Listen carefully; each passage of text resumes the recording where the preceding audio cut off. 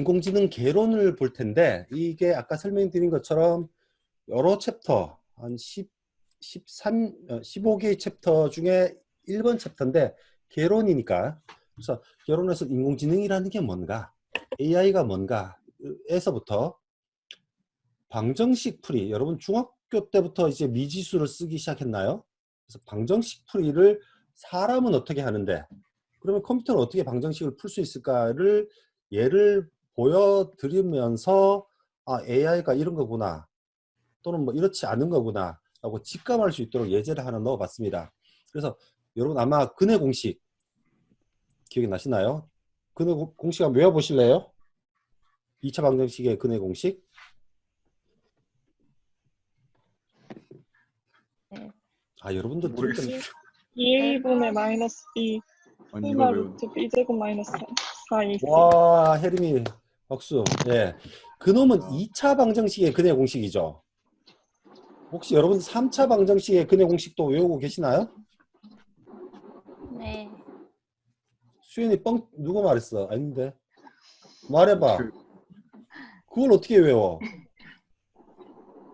하여튼 근해 공식을 이용한 풀이, 그 인수분해를 위한 풀이 아마 고등학교 과정에서는 소개 안 됐을 것 같은데, 뉴턴스 메서드라는 게 있어요. 아마 보통 공학 계열의 대학 오면 대학 수학이나 등등해서 뉴턴스 메서드, 또 뭐 수치 해석 이런 과목을 배웁니다. 그 개념을 잠깐 소개시켜 드리고, 이런 것들은 이제 사람이 푸는 방법인데 컴퓨터는 어떻게 풀까? 방정식을. 그 이야기로부터 이제 인공지능의 개념에 대한 이야기가 시작됩니다. 튜링 테스트 우리 1장쯤에 이야기했었죠. 그 이야기 한 번 더 하고요. 여러분 차이니즈 룸이라는 거 들어보셨나요? 아니요. 차이니즈 룸, 중국어 방. 이 튜링 테스트와 이제 반대되는 주장을 하는 건데, 이 이야기도 조금 해볼게요. 그리고 네. 강한 인공지능, 약한 인공지능, 그다음에 뭐 기계학습, 딥러닝, 이런 쭉 개괄적인 이야기를 합니다. 이런 이야기들은 요즘은 신문에도 다 나오는 이야기니까 그렇고요. 그 다음에 인공지능의 역사 살펴보고, 인공지능의 여러 응용 분야 살펴보고, 그 다음에 인공지능 세부 분야, 뭐 이런 식으로 일정을 쭉 나갈 겁니다. 아마 지금 7시 40분이니까 한 50분 정도 하면 일장을 뭐 한 7, 80% 할 수 있을 것 같아요. 한번 진도를 나가 보겠습니다. 또한 이것도 제가 올 연말에 출판할 책이라서 PDF를 나눠 드렸지만, 여러분 혼자만 쓰시고 인터넷에 업로드를 하시면 안 됩니다. 알겠습니다. 예. 네. 이걸 내가 PPT를 안 만들어서, 아직 책이 완성되지 않았으니까 PPT를 만들 수가 없지. 이걸 어떻게 해야 될지 모르겠는데, 하여튼 앞에는 인공지능이 지금 대세다. 저는 개인적으로는 그렇게 생각합니다. 지금 IT 분야에 다른 많은 분야는 다 기술적인 포화다. 인공지능만 남아있다. 요즘은 뭐 저는 그렇게 느낍니다. 그래서 요즘 뭐 융합이라는 것도 이제 IT가 더 이상 나갈 곳이 없으니까 다른 산업 분야로 나간다는 느낌도 저는 조금 있어요. 뭐 다른 분야에서 원하기도 하지만, 뭐 하여튼 인공지능이 중요하다는 이야기를 쭉 하는 게 앞에 서론이고요. 뭐 이런 그림 많이 하죠. 이 그림도 오른쪽에 있는 자동차 그림도 우리 예전에 자율주행차 만들 때 테스트 모델로 만들었던 뭐 그런 차인데, 요즘은 사실 이런 이야기 하기가 좀 애매합니다. 워낙 인공지능이 생활 속에 들어와 있으니까. 그렇죠? 그렇습니다. 밑에 있는 이 그림 우리 1장에서 이야기 했었던 것 같은데, 오른쪽에 있는 그림은 아시죠? 네. 이세도. 여러분 지금 녹화하고 있거든? 녹화하고 있으니까 여러분 열광적인 반응을 해주셔야지. 오른쪽에 있는 이 사람이 이세돌 구단이죠. 네, 맞습니다. 네. 이 대국이 몇 년도였죠? 2000? 몇 년? 16년? 16년입니다. 5년? 2016년. 이때 몇 대 몇으로 승부가 끝났죠? 4대 1인가? 4대 1로 누가 이겼죠? 알파고. 예. 이분이 구글 직원이죠. 네. 왼쪽에는 체스죠, 체스. 그죠? 네. 체스 대회, 이분이 그 당시에 세계 챔피언입니다. 그랜드 마스터 체스에. 러시아 사람인가 그렇죠? 이 대회는 몇 년도에 일어났는지 아세요? 1980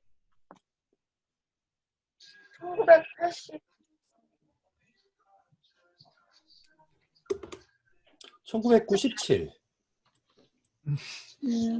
내 기억이 정확하다면. 그래서 제 기억상으로는 20년 뒤에요. 이때도 아마 3대2인가 뭐 해서 3대2인가 2대1인가 이게 카스파로프가 3이죠. 이 사람이 2대3이었나 뭐 1대2였나 그랬는데 사람이 졌습니다.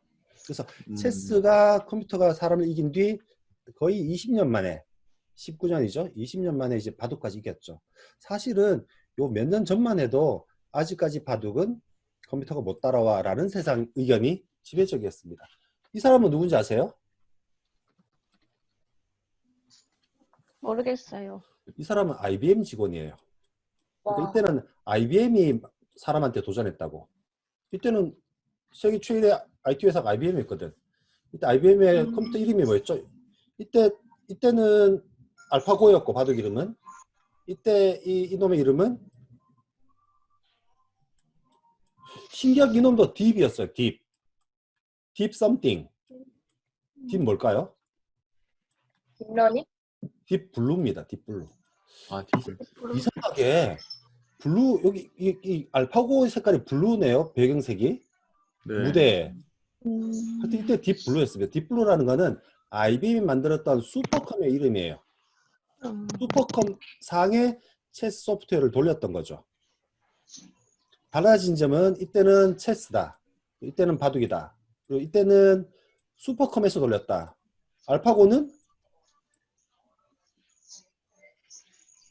알파고라는 소프트웨어는 어디서 돌렸을까? 사우드? PC 클러스터에서 돌렸어요. 아. PC 덩어리들. 뭐 그런 차이점이 있죠. 그런 이야기입니다. 그런 이야기가 있고요. 이제 수학에서 방정식 풀이 좀 해볼게요. 여러분 방정식이 뭐예요?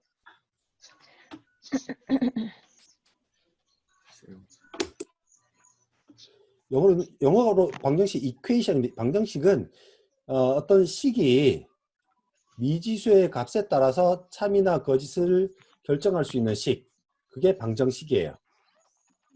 밑에 3x제곱 플러스 7x, 이게 2차 방정식이죠. 미지수의 지수승이 2차가 최대니까 2차 방정식이라고 합니다. 아마 중고등학교 때 이런 2차 방정식 많이 풀었죠. 중학교 때 많이 풀었을 것 같은데, 우리가 2차 방정식을 푸는 방법이 뭐가 있다고? 첫 번째가 근의 공식을 이용한 방법이죠. 네. 이 근이 영어로 뭐예요? 루트. 루트? 예, 근이 루트죠. 그래서 근이라고 한다고. 뿌리 공식이 더 멋있지 않나? 하여튼 루트가 근해 솔루션 다 똑같은 말이죠. 그래서 2차 방정식이 1와 같으면 x는 2와 같다라고 하는 게 요게 근의 공식이죠. 근해를 구하는 공식이라고. 2차 방정식에 다 하실 거고. 그래서 하여튼 이 식을 이렇게 계산을 일일이 손으로 집어넣어 보면 제가 일일이 집어넣습니다. 일일이 집어넣어 보면 근이 이렇게 나오고 이렇게 나옵니다. 2차 방정식이니까 최대 맥시멈으로 근이 2개 있을 수 있죠. 근의 공식을 이용하면 사람은 이렇게 풀 수 있어요. 또 2차 방정식을 푸는 또 다른 방법은 인수분해를 하면 되는데 그 전에 3차 방정식도 근의 공식이 존재합니다. 4차 방정식도 근의 공식이 존재해요. 근데 5차 방정식부터는 근의 공식이 존재하지 않는 식도 있어요. 그래서 모든 방정식이 근의 공식으로 풀 수 있는 건 아니라고. 그래서 5차 방정식은 근의 공식이 없는 식도 있다라는 것도 증명되었어요. 수학 분야에서는. 그냥 지나가는 이야기를 들었고, 두 번째 방법은 인수 분해하는 방법입니다. 영어로는 factorization이라고 해요. 팩터, 여러분 팩터라는 말 쓰나요? 팩터. 뭐 어떤 수와 어떤 수 곱해질 때 각각이 인수죠. 곱셈으로 연결되는 식을 다 인수라고 합니다. 그죠? 또는 팩터라고도 합니다. 인수 분해를 하면 돼요. 아마 기억은 안 나겠죠. 고등학교 때 다 했으니까. 그래서 어떤 식이 있으면 꼭 2차 방정식이 아니더라도 인수분해라는 건 동일한 식을 곱셈으로 표현하는 게 인수분해예요. 인수라는 게 곱셈으로 연결되는 그 팩터를 말하는 거니까 3x제곱 플러스 7x는 3x 더하기 1이라는 식과 x 더하기 2라는 식의 곱으로 표현되니까 이게 인수분해라고요. 그죠? 근데 방정식은 어차피 어떤 놈이 방정식은 어차피 어떤 놈이 0이 되는 x값을 구하는 거니까 인수분해한 값이 0이 되려면 앞에 게 0이거나 뒤에가 0이거나 또는 둘 다 0이거나 하면 되는 거니까 요게 0이 되려면 x가 마이너스 3분의 1, 요게 0이 되려면 x가 마이너스 2가 되는 거죠. 그러면 이제 해를 구할 수 있는 거죠. 그래서 방정식은 인수분해가 된다면 인수분해해서 풀면 쉽게 풀립니다. 자, 노래 부르는 친구는 잠시 중지하고. 네, 근데 숫자만 인수분해하는 건 아니에요. 이것도 여러분 그냥 팁으로 알아두시면 좋은데 아까처럼 요런 15라는 숫자도 인수분해가 되죠. 15는 3 곱하기 5니까 이것도 인수분해라고요. 근데 이런 식도 인수분해가 되죠. 말 좀 해. 네. 근데 이런 행렬도 인수분해가 된다? 오. 이런 행렬은 이런 행렬과 이런 행렬의 곱으로 표현돼. 이런 걸 배우는 분야가 선형대수예요. 오. 여러분 뭐 이야. 그래픽스 배우거나 아니면 요즘처럼 머신러닝, 딥러닝 배우려면 벡터하고 매트릭스를 배워야 된다고 했죠. 벡터하고 네. 매트릭스를 가지고 노는 학문이 선형대수거든. 음. 대수란 말은 영어로는 엘지브라하고 이게 선형이니까 리니어 엘지브라라는 분야인데 그때 우리가 이런 매트릭스를 많이 다룬다고요. 그래서 매트릭스 하나를 2개 이상의 매트릭스 곱으로 나누면 그 향후의 연산이 엄청 간단해지는 경우가 엄청 많아요. 그래서 하여튼 머신러닝이나 이런 쪽을 배우려면 또는 그래픽스, 컴퓨터 비전, 영상 처리 이런 쪽을 배우려면 행렬 인수분해 굉장히 많이 나옵니다. 그래서 이런 걸 행렬 인수분해, 매트릭스의 디컴포지션 앞에 D를 붙였으니까 쪼개는 거죠.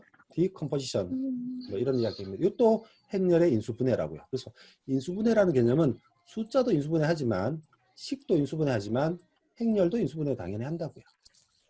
나중에 머신러닝을 깊게 배우고 선형대수를 깊게 배우시면 이런 이야기를 접하게 되십니다. 네. 네. 그리고 소인수분해 있죠. 아, 제 중학교 때 예쁜 우리 동기 여학생 이름이 소인수였는데 혹시 이 방송을 들으시면 인수분해인데 그 인수가 소수, 프라임 넘버죠. 소수들의 인수로 분해되는 걸 말하는 겁니다. 예를 들면 12는 1 곱하기 12로 분해될 수도 있고 2 곱하기 6으로 분해될 수도 있고 3 곱하기 4로 분해될 수도 있죠. 근데 4는 소수가 아니라고. 소수는 1과 자신의 곱으로만 표현되는 수가 소수니까 6도 2 곱하기 3으로 분해될 수 있으니까 12도 그렇고 그래서 12를 이렇게 분해할 수 있으면 이게 소인수 분해라고요. 소인수는 뭐 1, 2, 3, 뭐 5, 7, 11, 13 이런 게 소수거든. 그래서 소수들의 곱으로만 분할하는 게 소인수 분해예요. 그렇죠? 그래서 이런 소인수 분해 같은 것들은 암호화에 많이 쓰이죠. 하여튼 지금까지는 인수분해 이야기를 했었는데 지금부터는 뉴턴즈 메서드라는 거 한번 볼게요. 제가 지금 책을 쓰고 있는 중이라서 뉴턴즈 메서드를 길게 막 설명을 했어야 되는데 설명할 시간은 없어서 위키피디아에서 그림만 하나 긁어온 겁니다. 예를 들면 요즘 빨간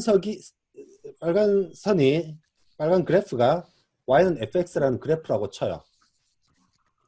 근데 우리가 지금 구하고자 하는 것은 fx가 0이 될 때 fx가 0이 될 때의 x 값을 찾고 싶어요. 라는 말은 y는 fx라는 함수가 x축과 만나는 교점, 요점의 x좌표를 찾고 싶다는 이야기예요. 그래서 어떤 식이 0이 되는 x를 찾는다는 말은 그 그래프가 x축과 만나는 요놈의 x좌표를 구하는 게 목표라는 말이거든. 그래서 요놈의 x값을 어떻게 찾을까 하는 게 아까 근해 공식, 인수분해 이런 거였다고. 근데 대학을 들어와서 뭐 공대를 가면 수치 해석이라는 걸 배우는데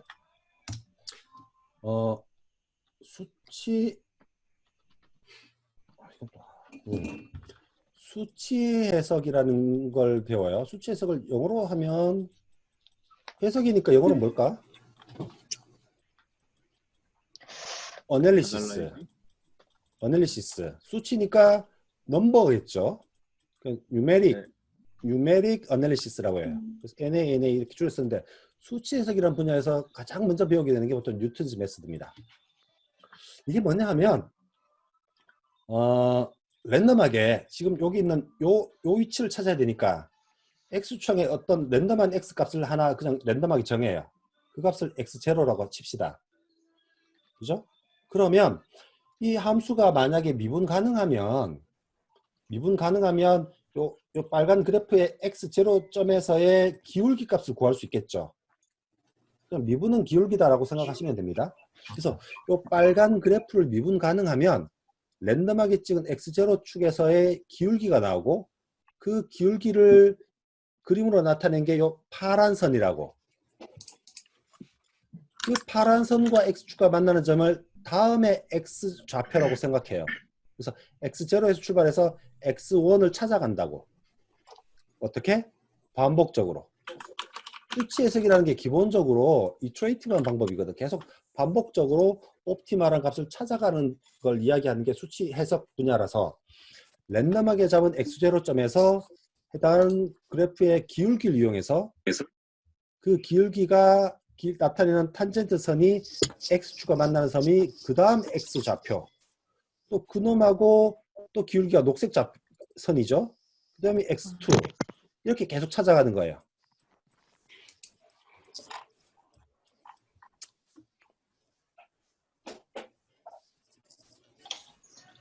그러다가 그 값이 0이 되는 X 값이 나오면 그 점이 내가 찾고자 하는 값이지. 그러니까 기울기를 찾아서 내가 이 방향으로 찾아갈지 이 방향으로 찾아갈지 결정할 수 있단 말이에요.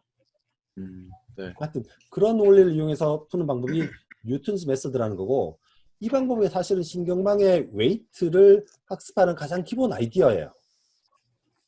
여러분 아마 신경망을 배우시면 웨이트를 학습하는 방법에 대한 식을 많이 배우실 건데 그놈의 기본적인 원리는 다 뉴턴스 메서드라고. 요 이야기는 우리 아까 11장이었나요? 인공신경망 이야기 때 다시 한번 하겠습니다. 사실 이야기 안 해도 되는데 근데 인공신경망 학습에 관심이 있으면 알아두어야 할 내용일 것 같아서 설명드렸습니다. 뉴턴즈 메소드 개괄적인 이야기는 아시겠나요? 찾아간다. 뭐 다시 한 번이라는 건 없습니다. 하여튼 예 일단 예 나중에 구글링 해보시면 더 쉽게 설명하는 선이 있어요. 하여튼 뉴턴즈 메소드는 랜덤한 좌표부터 시작해서 X0부터 시작해서 계속 이터레이티브하게 다음 값을 찾아 나가는 방법인데 그 찾아가는 방향을 선택할 때 오른쪽으로 찾아갈까 왼쪽을 찾아갈까 할 때 그 점에서의 기울기 값에 따라서 방향을 찾는다고요. 기울기가 양수이면 음의 방향으로 지금 이게 기울기가 양수죠. 오른쪽으로 커지니까 네. 기울기의 반대 방향으로 찾아가게 돼요. 근데 찾아가는데 얼마만큼 찾아갈지를 그 직선과 X축의 교점으로 찾아간다는 게 뉴턴즈 메소드. 신경망은 얼마만큼 찾아갈지를 결정하는 또 다른 방법, 다른 방법을 쓰죠.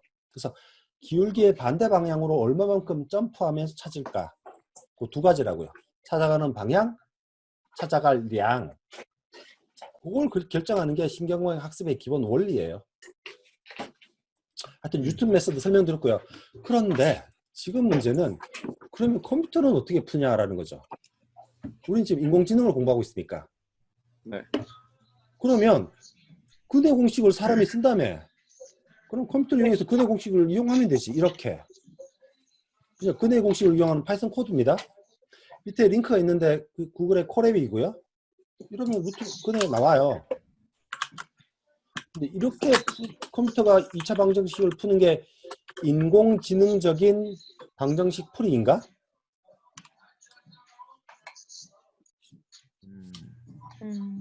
아닌가? 아닌 것 같습니다. 왜 아니라고 생각해요? 선형대수 써야 돼. 응? 아까 선형대수 써야 된다고 그러신 것 같아요. 아니야, 그런 말 한 적은 없어요. 그래요? 결과값이 프로그래머가 입력한 대로 나오기 때문에. 아, 결과값이 그럼 프로그램 입력한 대로 나와야지, 입력하지 않은 대로 나와야지 지능적인가? 결과값 그러니까 자기가 제가 질문하고 싶은 습득해야 건 될 인공지능적이라는 게 무슨 말이냐고요. 본인 컴퓨터가 습득해야 돼. 컴퓨터가 뭘 습득해야 돼요? 우리 학생들은 목적어를 잘 빼. 컴퓨터가 뭘 습득해야 돼요? 계산하는 방법. 계산하는 방법을 데이터. 습득이라는 게 뭐예요? 학습. 그럼 학습을 해야지 인공지능적인가? 지능적인가? 네. 학습을 해야지. 학습하고 스스로 생각합니다. 네. 학습하고 스스로 생각한다는 건 또 뭐지? 지금 2차 방정식을 푸는 이 프로그램은 스스로 생각한 거 아닌가? 우리 옛날 첫 시간에 그런 이야기 했었나요? 여러분들은 지금 지능이 있다고 느끼세요? 네. 확신하세요? 이따 그럼 그런 생각할 아닌가? 때 없나? 아이고 멍충이. 아이고 멍충이 이렇게 생각할 때 없어요? 있어요. 아이고 머리도 없는 놈 이렇게 생각하잖아. 여러분이 키우시는 강아지는 지능이 있나요? 네. 고양이는? 네. 그 고양이가 잡아먹는 생쥐는? 네. 있습니다. 바퀴벌레는? 있습니다. 그럼 코비드는? 코비드19는? 바이러스는 지능이 있나? 기능이 있어요. 있지 않을까요? 본능만 있지 않을까요? 아, 바이러스는 본능이라는 건 있나? 네. 생존 본능?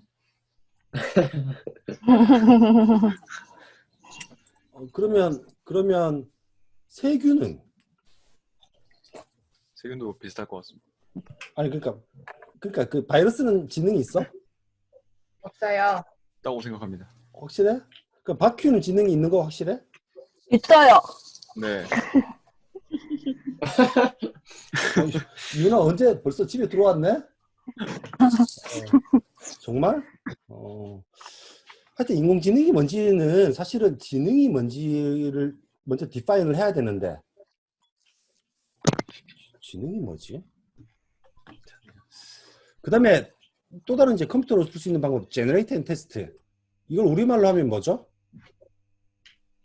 대중적인, 일반적인 테스트? 우리말로 두 글자로 해대. 우리말로 두 글자로 하면 이게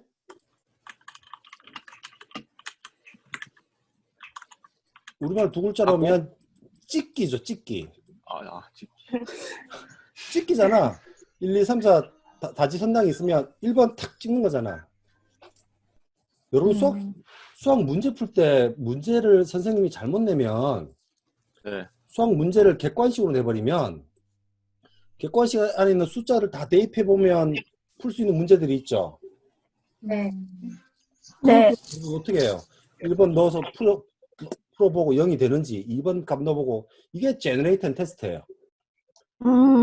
캔디데이트를 제너레이트하고 실제 집어넣어서 맞는지 체크해보고. 네. 근데 사실은 제너레이트 앤 테스트라는 방법이 인공지능에서 엄청 많이 씁니다. 네. 사람은 할 수 없죠. 예를 들면 3x제곱 더하기 아까 풀었던 우리 방정식인데 이 방정식을 만족하는 근을 찾으려니까 실제로 이게 정수라면 모르겠는데 정수가 아니고 실수예요, 답이. 이걸 우리는 사람은 풀 수 없죠. 근데 컴퓨터는 풀 수 네. 있다고. 왜? 마이너스 빨라서. 무한대부터 마이너스 무한대부터 무한대까지 다 넣어보면 되거든. 그 컴퓨터는 빠르니까 제너레이트 테스트 방법을 쓸 수 있다고요. 특히나 이 빨간 점이 우리 근인데 근이 어디 근처에 있을 것 같다라는 후보를 유추할 수 있으면 제너레이트 테스트 방법은 굉장히 유망한 방법입니다. 컴퓨터에서 쓸 수 있는. 그리고 실제로 AI에서 많이 써요. 음. 컴퓨터의 장점을 살린 방법이죠. 뭐 제너레이팅 테스트라고도 하고 트라이 앤 에러라고 하기도 하고 뭐 브루트 포스 알고리즘이라고 하기도 하고 비슷한 말이 많은데 하여튼 두 글자로 하면 찍기입니다. 이거 넣어보고 저거 넣어보고 이거 넣어보고 저거 넣어보고 뭐 그렇게 풀 수도 있어요. 컴퓨터는 뭐 네. 컴퓨터는 사람이랑 다르니까. 근데 여러분 이거 아세요? 이게 지금 구글이에요. 구글 검색 사이트. 구글 검색 사이트에 이렇게 글씨를 쓰면 식을 쓰면 이렇게 그래프가 나온다? 아, 이거 알고 있었어요? 몰랐어요. 그죠? 몰랐어요. 입에 있는 건 빼고 말해. 그래서 요 X축과 만나는 교점의 X좌표, 이게 근이죠. 이렇게, 여기 XY 다 보여주잖아. 네. 땡큐, 구글. 이야. 이렇게 됩니다. 그죠? 뭐, 이렇게 그래프만 그릴 수 있으면 되죠. 이게 그래프를 그린다는 것 자체가 모든 값에 대해서 Y 값을 다 찍어 본 거잖아. 네. 뭐, 실제로 그렇게 풀 수도 있겠죠. 뭐, 울프람이라는 그런 사이트도 있는데, 혹시나 뭐 동생이나 뭐 이렇게 있으면 이렇게 구글에서 식을 한번 입력해 보라고 해요. 아까 뉴턴즈 메서드도 있죠? 그래서 제가 감사하게도 그 세 가지 방법, 근해 공식을 이용해서 푸는 파이썬 코드, 그 다음에 제너레이트 앤 테스트 푸는 파이썬 코드, 그 다음에 뉴턴즈 메서드로 푸는 파이썬 코드. 뭐 여러분 우리 수업 중에서는 안 보셔도 됩니다. 그래서 혹시 네. 이 기본 원리에 대해서 궁금하신 분은 이 코드 링크는 나중에 동영상 녹화해서 유튜브 밑에 링크를 드릴 테니까 코드에 관심 있는 친구들은 한번 보십시오. 재밌습니다. 그까지가 전체적인 이야기인데 아직 여전히 인공지능이 뭔지 모르겠습니다. 그죠? 그래서 네. 지능이 있다라는 판단을 튜링이 이렇게 판단하기로 했죠. 그게 튜링 테스트죠. 네. 제가 사실 얼마 전에 한 일주일 됐나요? 얼마 전에 비로소 제가 이 영화를 봤습니다. 이제까지 안 봤었거든요. 이미테이션 게임. 이미테이션 게임. 재미없더라. 어? 아, 전 재밌던데. 진짜? 네. 취향이 안 저는- 맞으시는. 저는 막 총알이 날아다니고 막 그래야지 재밌지. 예, 저는 이제까지 안 봤었는데 계속 안 볼 걸 재밌는 영화인데 라는 생각을 계속 할 거라는 생각을 했습니다. 이게 베네딕트 컴버비치고요. 이 사람이 주연한 그 인물이 이 오른쪽에 있는 앨런 튜링이죠. 네. 헤어스타일 비슷하죠? 네. 네. 연기하려고 살도 뺀 건가요? 네. 잘 그랬다고 모르겠어요. 우리 그 마술 나오는 그 영화 뭐였지? 발록. 머지션으로 마술사로 나올 때 그 영화 제목이 뭐였지? 그때는 이거보다 덩치가 더 컸잖아. 아, 여기는 꽤 왜소하게 나와요. 살을 많이 빼서 닥터 그 그런지. 신비한 동물 사전인가? 닥터 스트레인지. 닥터 스트레인지. 거기보다 살이 좀 맞아. 빠져서 나와요. 근데 헤어스타일은 똑같죠. 네. 이분이 알런 튜링이고, 뭐 알런 튜링이 천재란 말은 옛날부터 제가 했었으니까. 네. 이 사람이 제안하는 방법, 지능이 있다라고 판단해 주자라고 하는 방식이 튜링 테스트인 거고, 튜링 테스트는 기본적으로 채팅을 실컷 해보고, 사람이 저놈은 사람인 것 같아, 저놈은 머신인 것 같아, 이렇게 판단을 하자는 거죠. 네. 아까 전에 봤던 이미테이션 게임 영화 상에서도 형사랑 대화하는 부분이 있더라고요. 그거에 관련된 신문 비슷한 걸 형사한테 받으면서, 그래서 제가 지금 지능이 있나요? 뭐 등등 이야기를 하는 그런 장면이 있었습니다. 혹시 안 보셨으면 다시 한번 보시는 것도 좋을 듯 합니다. 이제 네. 이야기했던 건데 튜링 어워즈, 튜링 테스트 다 이야기했었습니다. 그렇죠? 네. 그런데 차이니즈 룸이라는 설이 있어요. 누가 제안한 가설인데 중국어 방이죠. 한국어, 중국 랭귀지를 말하는 겁니다. 중국어 방이라는 게 있어요. 이게 뭐냐면 몇 년도에 누가 제안한 건지 내가 지금 까먹었는데 방에 한 사람을 딱 가둬놔요.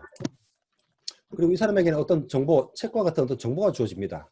뭐냐면 누군가 집어넣는 중국어 문장에서 어떤 구문이 보이면 그 구문은 예를 들면 영어로 이렇게 바꿔요라는 그런 색인 같은 게 있는 책을 하나 줘요. 원래 이 사람은 중국어를 몰라요. 영어만 알아요. 그러면 이 사람이 하는 일은 누군가 집어넣은 그 중국어 문장을 책이 하라는 대로 영어로 바꾸어서 집어내는 거예요. 그러면 이 사람이 느낄 때는 이 안에 있는 사람이 꼭 중국어를 아는 사람처럼 보이거든. 보일 수 있다라는 거예요. 그래서 사실 이 사람은 중국어를 이해하지 않은 상태에서 중국어를 말할 수 있다라는 거죠. 네. 그래서 말을 한다고 해서 그게 지능이 있다라고 보기 힘들다는 거죠. 그래서 튜링 테스트에 반대되는 주장을 하는 게 차이니즈 룸이에요. 어, 그걸 우리가 생각해 보면 여러분 실이나 웹사이트 접속하면 챗봇이 나오잖아. 응. 그러니까 그 챗봇이 지능이 있냐라는 걸 의미하는 거죠. 아마도 그 챗봇은 머신 러닝으로 했건 룰 베이스로 만들었건 내가 입력하는 어떤 문장을 이해라는 걸 하지도 않았을 거라고. 네. 그죠? 머신 러닝을 했으면 입력받은 그 문장을 지가 학습한 그 웨이트의 곱으로 연산해서 그냥 문장을 만들어낸 거지 입력되는 문장을 이해하지는 않았을 거란 말이야. 지금의 기술로는. 그 상황을 설명하는 게 차이니즈 룸이에요. 그래서 튜링에 말한 튜링 테스트와는 다르게 내가 실컷 채팅을 해서 저 사람이 지능적인 것처럼 보인다고 하더라도 그 보인다고 하는 게 실제 저놈이 지능을 가지고 있다는 것을 증명하지는 않는다. 라는 반대되는 주장을 하는 겁니다. 네. 일리 있나요? 네. 네. 어떤 면에서? 어떤 면에서? 튜링 테스트라는 그 테스트 방법은 일리가 있어요? 일리 있어 보여요? 네. 뭐야, 둘이는 서로 다른 주장을 하는 건데. 약간 시대에 따라서 점점 더 발전하니까 사람들 욕심이 끝이 없어가지고. 맞습니다. 그때만 해도 튜링 테스트 정도면 그래 지능이 있다라고 인정해 주자라고 용인됐을 거예요. 네. 근데 지금 계속 기술이 발전하니까 그 상태로 우리가 지능이 있다라고 허락하기에는 좀 납득이 안 되죠. 저도 그런 면이 있습니다. 그럼 인공지능과 관련된 세 개의 단어, 인공지능, 기계학습, 딥러닝. 그래서 인공지능은 큰 둘레고 한 20년 만에도 머신러닝이 인공지능의 주류가 아니었습니다. 한 20년 전만 해도 그때는 기호주의 인공지능이라고 하죠. 기호주의. 기호주의라는 게 기호가 우리 영어로 하면 심볼이죠. 심발릭 AI라고 해요. 다 심볼로 표현한다고. 심볼로. 그러니까 문법적으로 다 표현하고자 했다고. 그러니까 완전히 수학적으로 어떤 지능을 표현하고자 했던 게 이제 기호주의 AI, 심발릭 AI죠. 예전에 그게 대세였다고요. 근데 한 20년 전부터 딥러닝이 생기면서 이제 인공지능은 머신러닝 이렇게 비슷하게 돼버리는 느낌이에요. 인공지능 그러면 머신러닝. 실제로는 머신러닝은 인공지능의 한 파트였는데 지금은 그냥 머신러닝이 인공지능 느낌이에요. 그리고 그 머신러닝이라 그러면 그냥 딥러닝인 것 같아요. 요즘 느낌은 인공지능이라 그러면 그냥 딥러닝. 그냥 그런 느낌이에요. 근데 또 최근에는 머신러닝하고 심발릭 AI랑 합치는 연구가 또 새로 많이 되고 있습니다. 왜냐하면 딥러닝만 하면 추론이라는 걸 할 수가 없거든. 심발릭 AI, 기호주의 AI는 추론, 논리적인 추론 이런 게 편하거든요. 그래서 머신러닝이랑 추론에 적합한 기호주의 AI를 합치는 연구가 요즘 많이 또 되고 있습니다. 요즘은요. 그래서 머신러닝은 AI 부분 집합, 딥러닝은 머신러닝 부분 집합. 요즘은 딥러닝이 대세지만 이게 대세를 잡은 것도 길게 잡아야 20년, 뭐 엄밀히 잡으면 한 15년, 뭐 그 정도 되죠. 그 정도 이야기를 했고요. 인공지능의 종류를 한번 보겠습니다. 아까 이야기했죠. 이제 인공지능의 패러다임 인셈인데 아까 말한 기호주의 인공지능, 우리 심발릭 AI라고 합니다. 예전에 많이 했었고요. 심발릭 AI 대표적인 게 룰 베이스드 인공지능이죠. A가 B이고 B가 C이면 A는 C이다. 이런 3단 논법 같은 게 대표적인 기호주의 인공지능에 쓰이는 기법이죠. 그 다음에 통계적 인공지능. 어차피 요즘 이제 빅데이터니까 데이터가 많으면 그 데이터를 모으면 통계적인 유의미한 정보를 추론할 수 있죠. 통계적 AI 뭐 그런 것도 부류고요. 요즘 쓰이는 그 딥러닝은 다 연결주의 인공지능이라고 합니다. 이 연결이라는 게 노드와 노드를 연결했다는 의미죠. 신경망이 그렇게 만들어져 있으니까 이런 걸 연결주의 인공지능이라고도 해요. 그래서 크게 난 기호주의, 통계적, 연결주의 있는데 요즘 하여튼 이건 많이 쓴다. 그래도 여전히 이놈도 의미가 있습니다. 무조건 인공지능이라고 해서 꼭 신경망으로 다 풀어야 되는 건 아니니까. 그래서 네. 요즘은 저는 AI를 공부하는 사람들이 대부분 다 신경망을 공부하고 있는데 전통적인 통계적 방법 또는 심발릭 AI 또 저는 같이 공부하셨으면 좋겠어요. 그게 그래도 기반이니까. 그럼 일단 여기까지 하고요. 10분 쉬었다가 보시면 그러니까 인공지능을 정의하려면 지능이 뭔지를 정의해야 되는 거죠. 네. 지능이 뭐예요? 나는 모르겠어요. 내가 아까 말했잖아. 나는 어떤 술 먹고 나면 그 다음날 아 내가 진짜 왜 그렇게 했을까 지난밤에 내 목 위에 있는 이 물건이 지능이 있나? 라고 의심할 경우가 정말 많습니다. 실제 지능이 뭔지 알기 쉽지 않죠. 네. 지능이 뭐지? 아까 여러분들이 말한 학습할 수 있어야 되나? 그럼 신경망은 지능이 있는 건가? 논리적으로 생각하면 지능인가? 그럼 룰 베이스 시스템은 지능이 있는 건가? 그걸 다 합치면 지능이 있다고 볼 수 있나? 그런데 실제로 지능이 뭔지 모르는 상태에서 인공지능이라는 단어를 쓰고 있기는 하지만 인공지능이라는 놈을 디파인하기 쉽지 않으니까 큰 문제, 풀기 힘든 큰 문제가 있으면 잘게 나누면 되는 거죠. 그래서 인공지능을 정의하기 힘드니까 인공지능을 두 개로 나눠서 설명한다고 했죠. 그래서 강한 인공지능, strong AI와 weak AI로 나눠봤습니다. 지금 여러분이 쓰시는 모든 AI는 다 weak AI예요. 약한 인공지능. 그러니까 지능이라는 걸 모르겠으니까 이렇게 편법으로 지금 설명을 하는 건데 약한 인공지능은 인간이 하는 일을 그러니까 똑같은 결과만 산출하는 어떤 시스템 어떻게 푸는지는 모르겠고 그래서 인간이 하는 행위와 동일한 결과물을 산출하는 AI 머신 그걸 이제 약한 인공지능이라고 하자고요. 근데 강한 인공지능은 동일한 인간이 하는 일을 인간과 동일한 방법으로 해결하는 걸 강한 인공지능이라고 하자고요.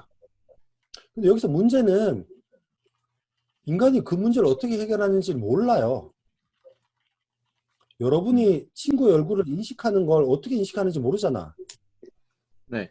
아, 내가 홍길동이라는 저 친구를 인식하는 이유는 이쪽 뇌세포 몇 번지에 있는 정보를 끄집어내서 몇 번째 셀과 연결해서 한다. 뭐 모르잖아. 네. 우리가 말로는 강한 인공지능, 약한 인공지능이라고 나누곤 있지만 우리 인간이 어떻게 정보를 저장하는지 그리고 인간이 어떻게 정보를 처리하는지 모르니까 그와 똑같은 방법을 설명할 수 없으니까 아직까지는 강한 인공지능이라는 것을 만져보지도 못했죠. 네. 뭐 그런 상태로 지금 굴러가는 겁니다. 제가 우리 인공지능이라는 걸 설명할 때 인간이 지금 모르는 거 세 가지 있다. 첫 번째는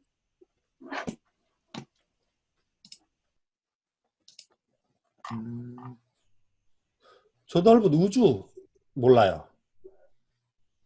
두 번째는 심해. 바다. 저 깊은 바닷속 심해 몰라요. 세 번째는 네. 망. 인간의 뇌를 몰라요. 예전에는 원자 그 미시세계도 궁금했었는데 지금은 미시세계는 어느 정도 알아가고 있죠. 네. 그래서 인간의 뇌가 어떻게 동작하는지 전혀 모르는 상태니까 그를 카피하고자 하는 인공지능이 뭔지는 디파인하기 힘들죠. 아 그래서 네. 우리가 인간이 괜찮나? 아직 머신이 인간을 넘을 수 없나? 약한 인공지능이니까 그래도 괜찮나? 그건 아니라고요. 오늘인가 어젠가 뉴스 나오지 않았나요? 여러 우리나라 회사의 콜센터들 다 챗봇으로 바꾸려고 한다고. 네. 한 10년 전에는 우리 고속도로 톨게이트에 다 사람들이 앉아 있었죠. 네. 네. 지금 사람들마다 하이패스가 더 많잖아요. 네. 그래서 충분히 약한 인공지능이라고 하더라도 충분히 특정 분야에서는 인간보다 나은 성능을 내보이고 있죠. 근데 우리가 지금 궁금한 거는 그래서 강한 인공지능이라는 게 나타나면 어떻게 될까? 그게 궁금한 거죠. 그럴 때 쓰는 단어가 뭐가 있죠? 특이점이죠. singularity, 특이점. 특이점 말 그대로 singularity, 뭔가 크게 변화하는 점이라는 뜻이에요. 그래서 여러 미래학자들 또는 인공지능 학자들이 인공지능의 특이점은 언제일까라고 많이들 이야기하죠. 네. 레이 커즈웰이라는 미래학자 한 2029년 진짜? 10년 뒤에 특이점이 올 거라고? 또 다른 누군가는 지금부터 20년에서 50년 후, 뭐 지금 2017년에 나온 거니까 대충 한 2040년도에 2040년도면 내가 은퇴하고 나서 열심히 밭 갈고 있을 때 그때인데 그때는 특이점 와도 나는 먹고 살 수 있어. 상추 팔아서 살면 되니까. 근데 그때 여러분들 한창 일할 때인데 진짜 한 20년에서 50년 사이에 특이점이라는 게 올까? 저는 정말 궁금합니다. 여러분 세대 한창 이제 사회에서 일할 때 또는 제 다음 세대들 한참 일할 때 그 친구들이 아마 겪게 될 미래 사회가 아닐까. 그래서 우리가 어떻게 해야 됩니까? 뭐 특이점이 언제건 오고 내가 특이점이 오는 걸 당길 수도 없고 나는 미룰 수도 없는데 그 상황에서 나는 어떻게 해야 돼요? 없어지는 직업이 있질 않길 걱정하면서 그냥 빌어요? 다른 직업 알아봐야 돼. 아, 유튜버 데뷔를 해.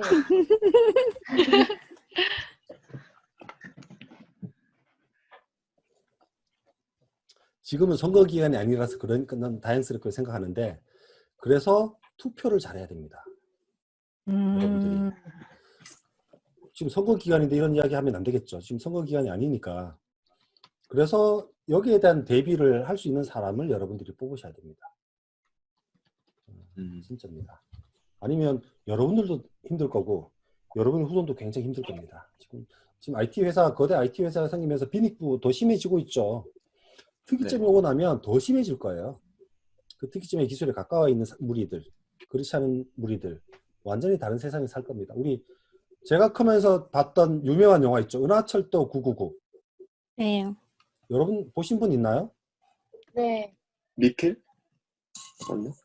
메텔, 일본 메텔. 애니메이션. 멧돼. 메텔, 철이. 그 철이가 철이. 접니다. 아, 소리. 닮으셨어요. 영화 출연하셨네요. 영화 배우. 그게 굉장히 디스토피아 아닌가요? 네. 맞습니다. 아마 그런 사회를 저는 여러분은 어느 정도 겪으실 거라고 생각이 듭니다. 제 그냥 막연한 뇌피셜로 생각하면.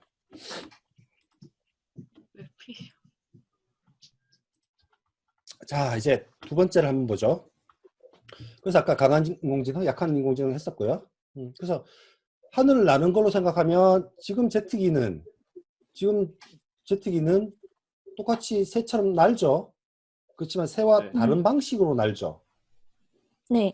근데 라이트 형제가 그 쌍엽인가 이엽인가 비행기 만들기 전에는 사람이 그냥 날개를 퍼덕이면서 날려고 했죠. 더 네. 높은 곳에 올라가서. 그게 강한 인공지능이라고 비교할 수 있겠죠. 새와 동일한 방법으로 날기를 도전하는 그런 겁니다. 인공지능 종류 한번 보면 아까 이야기했던 것처럼 기호주의, 통계적, 뭐 연결주의 이렇게 나눌 수 있고요. 뭐 인공지능 시스템 구성 뭐 하드웨어 있고 소프트웨어 있겠죠. 뭐 별로 중요한 거 아니고요. 역사 한번 봅시다. 역사. 인공지능과 관계된 최초의 논문이 뭐 난 이름도 모르겠어요. 이 사람이 43년도에 쓴 논문이래요. 읽어보면 이게 뭐죠? A logical calculus of the ideas immanent in nervous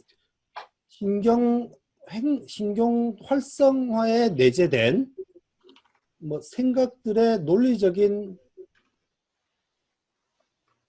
기하, 수식, 계산 뭐 이런 거네요. 신경 행동에 내재된 뭐 생각들의 논리적인 어쩌고 저쩌고 이게 43년도에 나온 논문이랍니다. 이게 뭐 인공 뉴런의 초기 제안한 논문이라는데 43년도에 컴퓨터 관련으로 무슨 이슈가 있었죠? 우리 입장에서 배웠던? 43년이요? 46년도에 뭐가 만들어졌죠? 컴퓨터? 애니악 아닌가? 애니악. 네, 어. 맞습니다. 43년도에 ABC가 만들어지지 않았나? 3년 전에? 42년도 2년인가? 아닌가? 몰라 하여튼. 그러니까 전자식 컴퓨터가 만들어지기 전에 이론적인 연구는 계속되고 있었다고요. 인공지능에. 그때는 네. 기계식 컴퓨터였다고요. 그게 전자식 컴퓨터의 충격이라고. 아, 이론적으로 이런 연구를 하면 되겠다라고 이론적으로 계속 연구가 되고 있었는데 43년도 또는 뭐 42년도 또는 46년도에 전자식 컴퓨터가 기존의 기계식 컴퓨터보다 수천 배 빨라버리니까 그때 사람들이 흥분했다고. 와, 이렇게 빠른 컴퓨터가 나오다니. 지금의 컴퓨터보다 훨씬 느리지만 그 당시에는 이렇게 빠른 컴퓨터가 나왔으니까 이제 인공지능을 만들 수 있을 것 같아 라는 생각을 하기 시작했다고요. 실제로 인공지능의 연구는 전자식 컴퓨터의 개발하고 거의 비슷한 또는 더 빠른 시기에 출발이 되었다는 겁니다. 네. 아, ABC는 41년도에 만들어졌네요. 그렇군요. 그래서 초창기에는, 그러니까 1940년대 중반에는 굉장히 사람들이 들떠 있었다고요. 인공지능의 시초로서. 그래서 한 60년대쯤까지는 계속 이제 기계도 발전하고 인공지능에 대한 이론적 연구도 발전하니까 그때는 존 메카시라는 그때 인공지능의 유명한 사람이었는데 이때를 이렇게 불렀어요. Look, ma, no hands. 이게 뭐냐면 엄마 손 없이 내가 자전거 타고 있잖아 이거예요. 아기가 자전거 타고 가다가 엄마가 뒤에서 손으로 잡아주죠. 엄마 손 없이 내가 자전거 타고 있잖아. 이런 흥분된 시기였다고. 60년대부터 한 80년대 초때까지. 그래서 아까 이야기한 것처럼 97년에 딥블루가 체스 챔피언을 이겼죠. 네. 그때만 해도 야, 체스 같은 어려운 문제를 이제 슈퍼컴이니까 이기는구나. 체스 같이 어려운 것도 이기니까 이제 인공지능 끝났어 라는 분위기였죠. 그래서 그 몇 년 후에 97년도 몇 년 후에 인공지능의 많은 문제가 풀릴 줄 알았어요. 근데 아니죠. 네. 그래서 60년대부터 80년대까지를 인공지능의 윈터, AI 윈터라고 합니다. 초창기 45년도부터 그 들떴던 그 거품이 좀 꺼지는 시기였죠. 그렇게 하다가 1980년대 들어서 인공신경망이 다시 살아나게 돼요. 그때 윈터가 나왔던 것 중에 하나가 마빈 민스키와 페퍼트라는 사람이 이게 언제죠? 이때가 80년대 초반쯤인데 맞나? 그때쯤에 마빈 민스키라는 사람이 자기 박사 논문에 그 당시 많이 사용되던 신경망인 초창기 신경망 퍼셉트론이 한계가 있다. 못 푸는 문제가 있다. 굉장히 심플한데도 이론적으로 못 푼다는 걸 증명하죠. 자기 박사 논문에. 그래서 그때부터 그때 60년대쯤에 그걸 박사 논문으로 제시하고부터 그때부터 인공지능 연구가 시들어들게 되고요. 80년대에 들어서 그 마빈 민스키가 제기했던 그 단점을 누군가가 해결해 버리게 됩니다. 그게 바로 다층 신경망이에요. 여러분이 지금 쓰시는 딥 신경망의 초기 모델인 셈이죠. 그래서 한 층짜리 신경망이 해결하지 못하는 신경망을 두 층, 세 층 쌓으니까 풀린다는 거죠. 이게 80년대 초반에 나온 거예요. 그래서 80년대부터 다시 인공지능이 막 부활하기 시작합니다. 막 부활하기 시작하죠. 그러다가 신경망이라는 게 쓸모는 있는 것 같은데 한계가 고까지구나 라는 게 80년대 말, 90년대 초까지 또 그런 다시 슬럼프가 와요. 사실은 80년대쯤에 신경망에 관련된 논문이 엄청 많이 나왔습니다. 그러다가 80년대 후반부터 신경망이 해결하는 문제가 사이즈가 제한되는구나. 왜냐하면 그때 하드웨어도 작았고요. 소프트웨어 기술도 많지 않고요. 그리고 신경망을 학습시킬 데이터도 많지 않고요. 또 다른 AI 윈터가 오죠. 80년대 말, 90년대 초 정도까지. 그러다가 2010년대 초 들어서서 그게 나타나죠. 힌튼 교수가 캐나다에 딥러닝이 제한된다고요. 2000년도 초에. 그래서 한 20년쯤 되는 거죠. 그래서 딥러닝이라는 거는 이제 신경망이고, 딥하다는 게 아까 말한 한 층짜리 신경망을 딥하게 수십 층으로 쌓은 신경망이 가능했다고요. 이게 2000년도부터 딥러닝이 왜 가능하게 되었죠? 가능하게 된 이유가 사람들 보통 세 가지를 들죠. 아까 제가 언뜻 설명했었는데, 첫 번째는 하드웨어의 성능. 하드웨어가 빨라졌어요. 하드웨어가 왜 빨라졌죠? 메모리? GPU가 생겼어요. GPU가. 지금 쓰는 CPU는 스칼라 연산, 그러니까 숫자 하나 곱하기 하나 또는 하나 더하기 하나를 했는데, GPU는 벡터 길이 또는 매트릭스까지 같이 한 큐에 그냥 한 번에 연산을 할 수 있거든. 네. 그리고 가격도 이놈도 가격도 싸지고. 그리고 정기철 교수가 GPU 상의 신경망을 하는 걸 제안했다고. 이야, 세계 최초로. 역시. 근데 나는 그게 그렇게 중요한 일인지 몰랐지. 저 영상에도 담았지만 진짜 세계 최초입니다. 그 다음에 두 번째는요. 정보 인터넷. 인터넷이 생겨서 뭐, 보급률이 좋아져. 데이터. 예, 인터넷 때문에 SNS 때문에 데이터가 많아졌어요. 학습에 사용할 데이터가 매일 쏟아져요. 그리고 오픈소스 등으로 소프트웨어 테크놀로지조차 또 좋아져 버렸어요. 그러니까 세계 공업이 다 맞아버렸다고. 언제부터? 2010년대 초반부터. 80년대. 예, 2010년대 초반부터. 지금부터 한 20년 동안에. 그래서 GPU라는 게 그렇게 오랜, 딥러닝이라는 게 오랜 시간을 끌었던 게 아니에요. 고작 한 15년. 근데 지금 세상을 다 바꾸고 있죠. 그런 겁니다. 네. 이렇게 바꿔서 누군가는 한 10년 뒤, 누군가는 한 30년 뒤에 특이점이 올 거라고 예상을 하고 있다는 거죠. 싱귤러리티가 온다고 예상을 합니다. 사례 보죠. 사례는 뭐 쭉 그냥 보고 넘어가면 되는데 뭐 많습니다. 뭐 이런 것도 하고요. 저런 것도 하고요. 영상 처리도 하고 뭐 음성 인식도 하고요.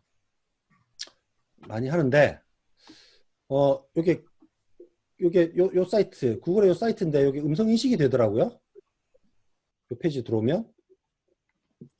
그래서 지금 말을 하면, 네, 지금은 숭실대학교 IT대학에 미디어 경영학과에 수업을 하고 있습니다. 정말 인식 잘하죠. 네. 와, 정말 오. 퍼펙트합니다. 진짜 잘한다. 교수님이 발음이 정말 좋으시- 퍼펙트합니다. 예, 오. 정말 잘해요. 아, 정말 잘해요. 버스 탔다고. 정말 잘하고 있고요, 진짜로. 이야, 그리고 구글 드라이브 가면 예전에도 한번 말씀드렸는데, 이렇게 다큐멘트 파일 있죠? 여기도 음성인식으로 타이핑을 할 수 있습니다. 우와. 네, 오. 지금은 인공지능 관련 개론 이야기를 하고 있습니다. 숭실대학교 IT대학 미디어 경영학과 수업이고요. 겨울. 코로나 바이러스 인해서 온라인으로 수업을 하고 있습니다. 와, 해리포터. 거의 아, 100%죠. 와. 저 이거 진짜로 써요. 저 이거 언제 쓸까요?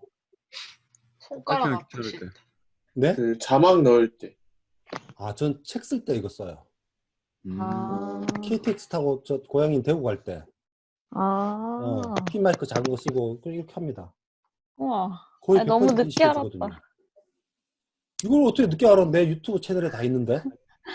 아, 이거 수업 때 썼어야 되는데. 그리고 회의록으로도 써도 돼요. 야, 아. 왜 이런 걸 안 쓰는지 모르겠네. 근데 갑자기 결혼 이런 게 나올 수 있어서 결혼? 그게 무슨 말이야? 인공지능과는 결혼 이야기라고. 첫 번째 줄에. 그 이런 게 문제예요. 네. 이게 100%가 아니면 틀린 걸 찾아서 또 고쳐야 돼요. 맞습니다. 이렇게 이게 99.99%가 돼야지 진짜 쓸모 있는데, 근데 어차피 모바일 있는 환경에서는 어느 정도 쓸만해요. 타이핑이 불가능한 상황에서는. 여러분 많이들 쓰셨으면 좋겠습니다.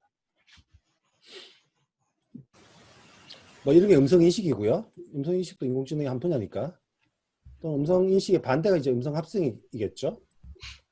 요즘은 음성합성이 워낙 잘 되니까 요즘은 뭐 기계음 이런 게 별로 의미가 없죠. 예전에는 음성합성 기술이 떨어지니까 합성된 음성은 뭔가 좀 어색했는데 요즘은 뭐 내가 하지 않은 말도 따라하는데 뭐 만들어내는데 뭐 자연어 처리 실제로 이제 그냥 음성 인식이라는 것은 스피치를 그냥 텍스트로 바꾸는 거고 자연어 처리는 어느 정도 의미를 이해한다 뭐 이런 뉘앙스가 있는 거죠. 구글 번역기 들어봤는데 저는 너무 잘해요. 제가 대학원 다닐 때는 영어로 논문 쓰려면 그때는 인터넷이 거의 없었고 자동 번역은 꿈도 못 꿨으니까 한 문장 한 문장 사전 찾아가면서 예문 찾아가면서 다 했는데 요즘은요. 요즘 우리 대학원생들은 한글로 초록 써놓고 구글이나 카카오 번역기 넣어놓고 바로 그걸 그대로 그냥 쓰죠. 네. 그래도 나보다 잘 쓰니까. 그렇습니다. 요새 뭐 로봇 저널리즘이라고 해서 기사 중에 로봇이 실제로 쓰는 기사 많죠. 특히나 스포츠 네. 관련 기사는 로봇이 많이 씁니다. 우리나라도. 그 주식 트레이드는 당연히 소프트웨어가 사람보다 더 많이 하고요. 지금 현재 진짜로. 왜냐하면 사람은 느리거든요. 그러니까 초치로 단타로 다 할 건데 사람은 느려서 이익률이 안 나오죠. 또는 뭐 전문가 시스템의 법률 그리고 전문가 시스템이라는 용어도 있는데 전문가 시스템이라고 말하면 왠지 좀 멋져 보이는데 사실은 전문가 시스템이라는 용어를 쓰기 전에는 제너럴 AI를 만들고자 했었어요. 왜냐하면 그때 40년대 중반에 수첩에 빠른 전자식 컴퓨터가 나오니까 이거 뭐 특정 문제를 푸는 게 아니고 인간하고 경쟁하는 AI 시스템을 만들 수 있을 것 같아. 이런 거였죠. 근데 해보니까 안 되거든. 그래서 특정 분야만 인간에 준하는 능력을 가진 시스템을 만들어 보자라고 나온 게 전문가 시스템이에요. 그래서 좋은 뉘앙스로 만들어진 건 아닌데 단어 자체가 뭐 그렇습니다.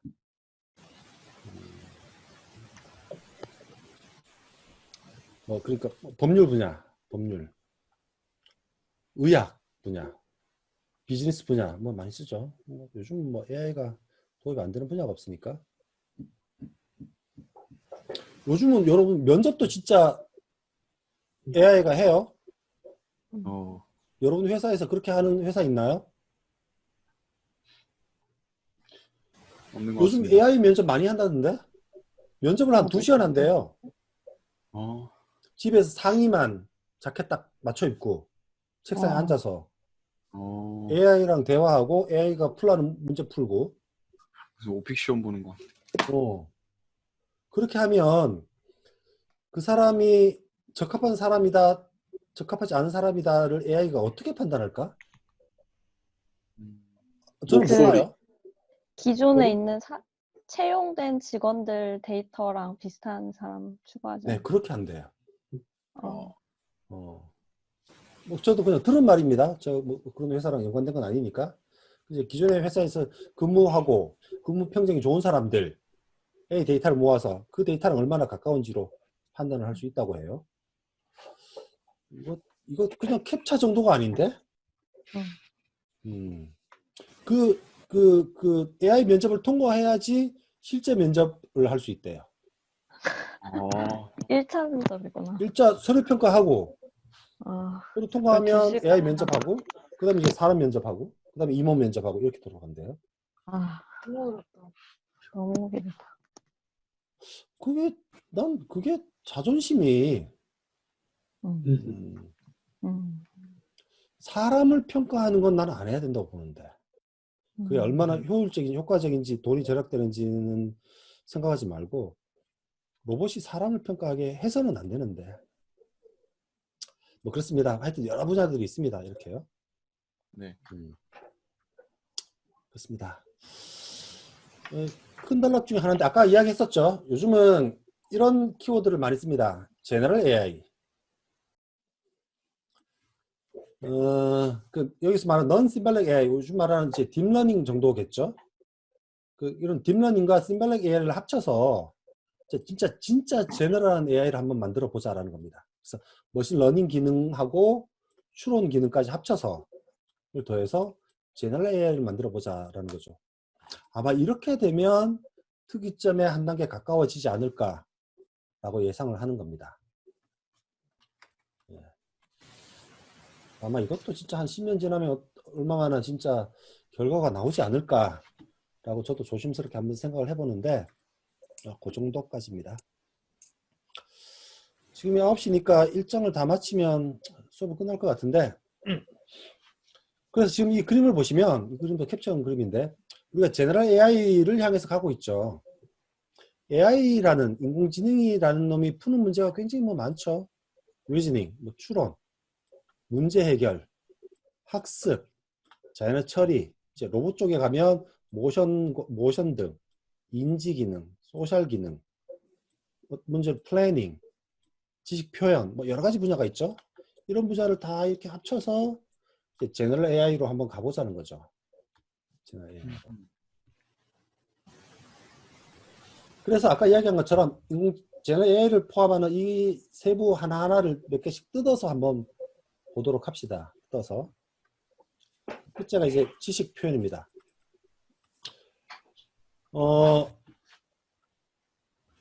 우리 자료구조 배우잖아요. 자료구조는 이제 데이터나 정보가 어떻게 표현되면 문제 푸는데 효과적인가를 이야기하는 거죠. AI에서는 그보다 조금 더 추상적인 지식이라는 놈을 어떻게 표현할지를 이야기하는 겁니다. 그래서 그게 보통 AI 서적을 보면 제일 첫 챕터에 나오는 겁니다. Knowledge Representation. 여러 가지 방법이 있죠. 요즘은 사실 이런 이야기 잘 하지도 않는데 다 딥러닝 이야기만 하고 있으니까. 지식을 표현하는데 자연어로 표현하면 헷갈릴 것 같아요. 아버지가 방에 들어가신다. 아버지 가방에 들어갈 수도 있죠. 네. 아버지가 방에 들어갈 수도 있고 아버지가 가방에 들어갈 수도 있습니다. 자연은 모호하다고요. 그래서 지식을 엄밀하게 정확하게 표현하는 많은 방법들이 있는데 여러 가지 방법이 있지만 대표적인 걸 이야기하면 세만틱 네트워크, 우리말로 의미망이라고 합니다. 의미망 또는 프레임 베이스드 방법이 있어요. 프레임 베이스드 또는 일반적으로 많이 쓰는 룰 베이스 방법이 있겠죠. 룰 베이스드는 여러분 알 겁니다. if 뭐면 뭐다 이런 식으로 하는 거죠. 근데 프레임이란 방법도 우리가 사람이 많이 쓰는 방법이에요. 예를 들면 우리가 지금 친구가 소개팅을 해준대요. 요즘도 젊은 사람들이 소개팅을 하는지 모르겠는데 소개팅 시켜줄게 그러면 바로 나오는 말이 뭐예요? 예뻐? 그 다음에 키 커? 등등등등 있죠? 그걸 다 네. 합쳐놓은 게 프레임이라고요. 프레임을 만들어 놓고 미리 우리가 인지하든 인지하지 못하든 프레임이 벌써 머릿속에 있죠. 그리고 새로운 정보를 접하면 그 정보에서 그 프레임의 슬롯을 채워 넣는 방식으로 우리가 저장을 하고 판단을 하는 것 같아요. 예를 들어 우리가 컴퓨터 산다 그러면 CPU는 메모리 용량은 이런 걸 따지잖아. 그 하나하나 슬롯들이 모여서 프레임이 되는 거라고요. 그런 방법을 프레임 베이스드 방법이라고 합니다. 아마 인간도 그렇게 하는 것 같아요. 그리고 세만틱 네트워크라는 건 말 그대로 이런 겁니다. 지금 위키피디아에서 긁어온 그림인데 그렇죠? 우리 일장에서 하지 않았나? 안 했나? 이거 매몰 그러면 포유동물입니다. 그죠?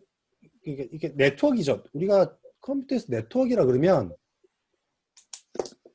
컴퓨터에서 그래프라 그러면 그래프가 뭐예요?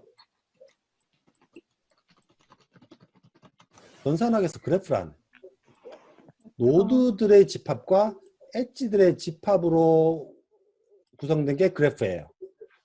노드들의 집합과 엣지들의 집합, 그 쌍으로 된 게 그래프라고 한다고요. 아마 나중에 자료구조를 배우시면 아시는데 그 그래프의 엣지 상에 어떤 정보를 기입해 둔 걸 네트워크라고 합니다. 우리 자료구조에서는. 그래서 세만틱 네트워크라는 것은 네트워크인데 그 세만틱 엣지에 있는 그 정보가 어떤 의미를 지니고 있다고 해서 세만틱 네트워크라고 해요. 그래서 예를 들면 bear는 is a memory다. 곰은 표유동물이다. bear has fur. bear는 털을 가지고 있다. 그래서 그래프상의 엣지에 어떤 정보를 의미를 담은 것을 네트워크라고 하고 정보를 담은 것을 네트워크라고 하고 그 정보가 의미를 가지고 있으니까 세만틱 네트워크라고 한다고요. 이런 세만틱 네트워크로 정보를 지식을 많이 표현합니다. 일반적으로 많이 쓰는 방법이에요. 이럴 때 이렇게 쓰는 단어들을 집합 모아서 ontology 뭐 이런 용어도 씁니다. ontology라는 단어를 들어보셨는지 모르겠는데 그래서 세만틱 네트워크 같은 걸로 표현할 때 사용되는 단어들 집합 그걸 이제 ontology 뭐 이런 말을 씁니다. 이게 이제 세만틱 네트워크로 지식을 표현하는 거고요. 예를 들면 자동차 그러면 야, 어느 제조사야? 몇 명이 타? 엔진은? 색깔은? 뭐 바퀴는? 바꾼다. 4개겠죠. 하여튼 이렇게 만들어 놓은 게 프레임이죠. 그래서 아마도 인간은 어떻게 자기 뇌 속에 들어있는 정보를 잘 군집화 시켜서 프레임 단위로 만들어 놓고 새로운 정보가 들어올 때 프레임의 각 슬롯을 채워 넣는 방식으로 빠르게 정보를 처리하는 것 같다라는 거죠. 그래서 컴퓨터도 그렇게 해보자 라는 겁니다.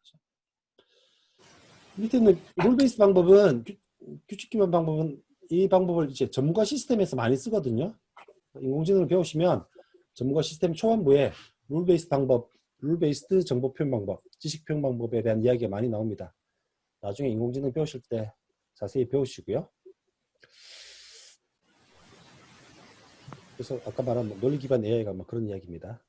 또는 탐색도 인공지능의 큰 주제 중에 하나죠. 길찾기. 근데 무슨 길찾기가 인공지능이야 이런 거죠. 요 게임이 틱택토라는 게임입니다. 아시죠? 모르시나요? 네. 틱택토. 여러분 놀이터 같은 데 가면 이렇게 막 돌리는 거 XO 표시가 있는 나무통이 3x3으로 붙어 있는 거 있지 않나? 없나? 본 거 같은데 미끄럼틀 옆에 이렇게 뭐지? 그 게임인 줄 몰랐다. 그게 게임이야 게임. 그림이 없나?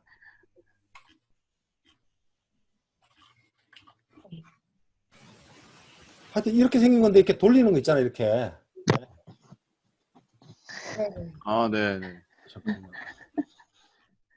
이 정확한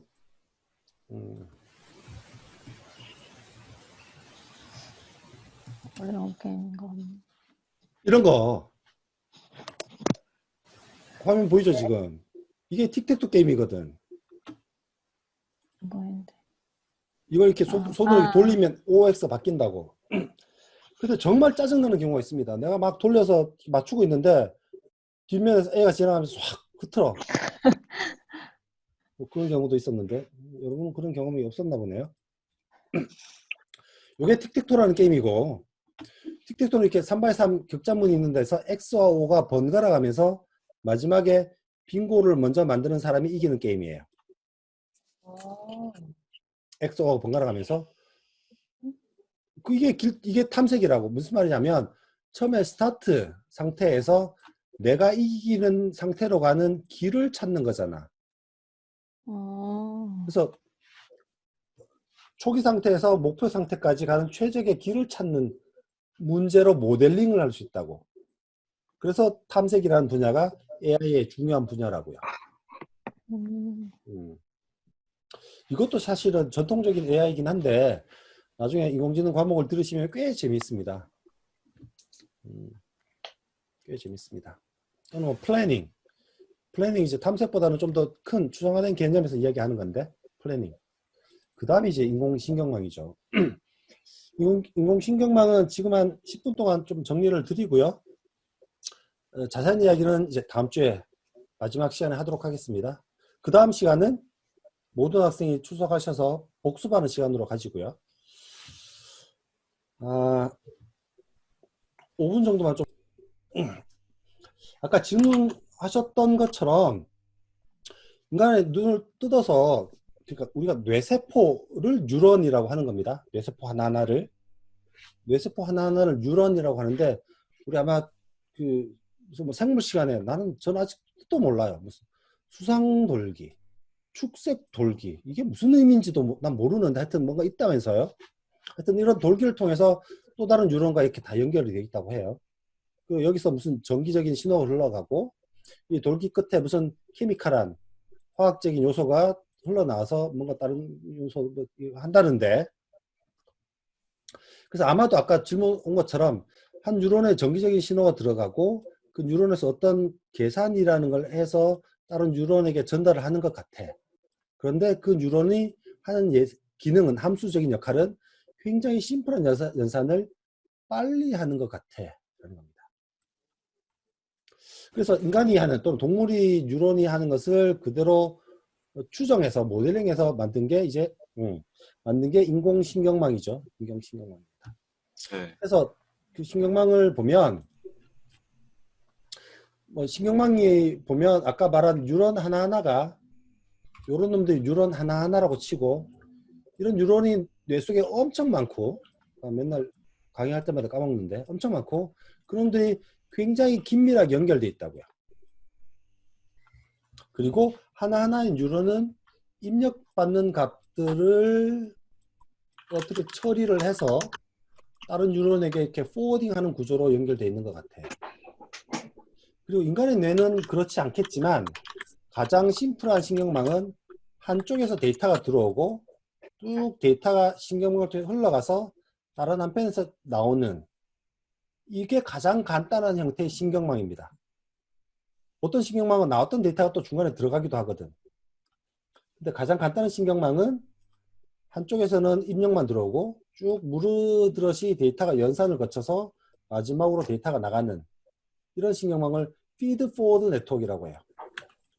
feed forward. forward 앞으로니까 앞으로 쭉 feeding하는, 먹이를 먹여주는 이죠. 그래서 이런 신경망을 feed forward 네트워크라고 합니다. 가장 간단한 신경망 형태예요. 그래서 우리는 수업 중에는 요 feed forward 뉴럴 네트워크만 배울 텐데, 아까 이야기했죠. 이런 모델을 연결주의 모델이라고 한다고요. 그 신경망 회로망을 연결주의 모델이라고 합니다. 보통 수학 전공하시는 분들이 신경망을 이런 단어로 많이 칭해요. 그러니까 인공신경망을 전공하는 사람은 우리는 인공신경망 전공이다라고 말하고 조금 더 멋있게. 근데 그게 무슨 인공신경망이야. 단순히 네트워크 연산이지. 라고 수학 전공하시는 분들은 그렇게 말을 한다고요. 엄밀하게 말하면 연결주의 모델이 더 정확한 모델인 것 같아요. 이게 무슨 인공신경망이야. 우리 진짜 신경망이 어떻게 동작하는지도 모르는데.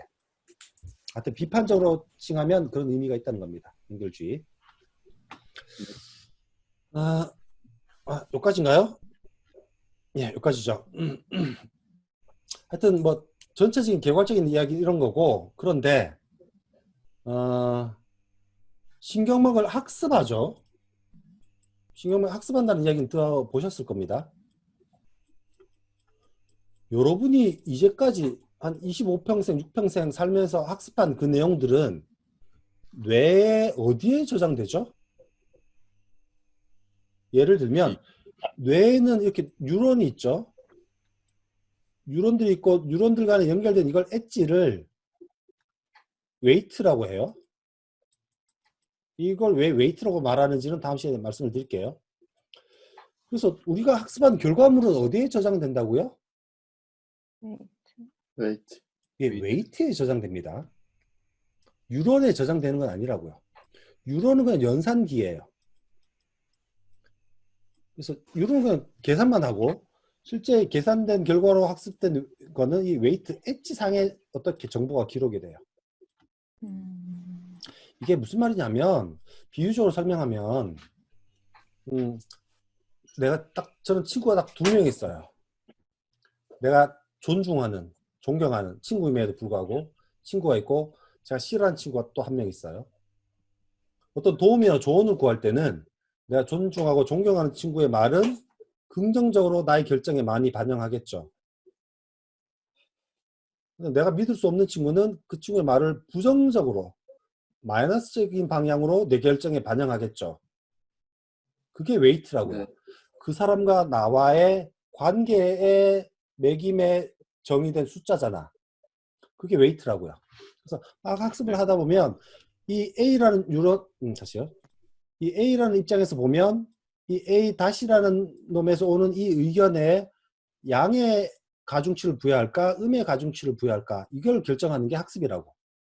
단순화시켜 설명하면. 그래서 요게 학습된 결과물이라고. 웨이트 상에 있는 숫자가. 그걸 웨이트라고 한다. 웨이트 가중치잖아. A1의 의견을 얼마만한 가중치로 나에게 반영할까? 라는 의미에서 가중치라는 말을 쓰는 겁니다. 예, 지금 오늘 1장을 했고요.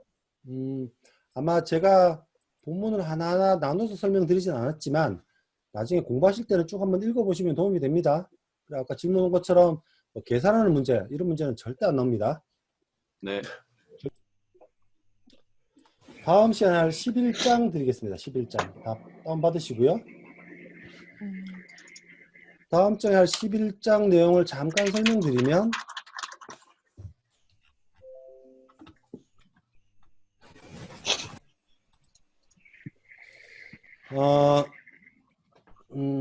우리 뭐 컴퓨터 시스템, 컴퓨터 개론 수업이어서 신경망을 깊이 나가지는 못하고 신경망 2개를 직접 만들어 볼 겁니다. 파이썬 코드로. 요즘은 뭐 텐서플로우나 케라스나 등등 좋은 패키지가 많지만 일단 우리는 원리를 아는 게 지금 단계에서는 중요한 것 같아서 실제 그런 공개된 패키지들은 다른 수업에서 배우시고, 그래서 가장 처음에 난 초창기 신경망인 퍼셉트론을 파이썬 코드로 만들어 볼 겁니다. 한 10줄밖에 안 돼요. 10줄. 뭐 더 실제로 치면 한 20줄. 그 놈을 한 층 더 쌓은 게 다층 퍼셉트론이에요. 요 놈은 코드로 설명드리기엔 좀 긴데 그 놈은 이제 시간에 따라서 한번 해보겠습니다. 그래서 다음 시간은 주된 게 퍼셉트론이에요. 실제 파이썬 코드 한 20줄에 걸쳐서 실제 퍼셉트론을 설계하고 만들고 실제 왜 이렇게 하면 학습이 되는지 그 원리를 설명하는 시간으로 다음 시간을 갖도록 하겠습니다.